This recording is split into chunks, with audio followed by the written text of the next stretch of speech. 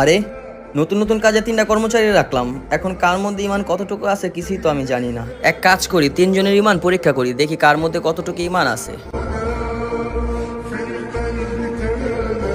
জীবন, এদিকে আসো। জি বস।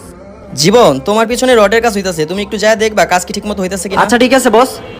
বসে কইলো রড বান্ধা হইছিনি দেখতে 4-5।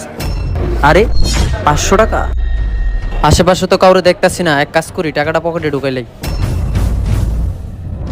এই মানি ব্যাগের মধ্যে এই টাকাগুলো রাইখা এখানে রাইখা যাই, আরেকজনকে ডাক দিয়ে জিজ্ঞেস করে দেখি।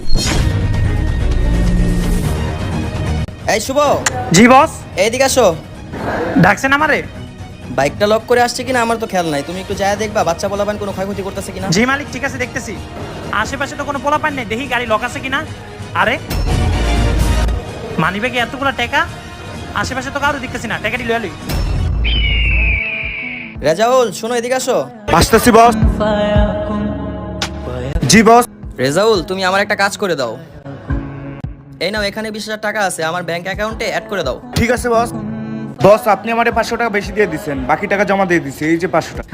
না না না ভাই, তুমি ভুল বুঝতাছো, আমি তোমাকে টাকা গুইনাই দিছি, এই টাকাটা আমার না, এই টাকাটা তুমি রাইখা দাও। আরে 500 টাকা পাইলাম।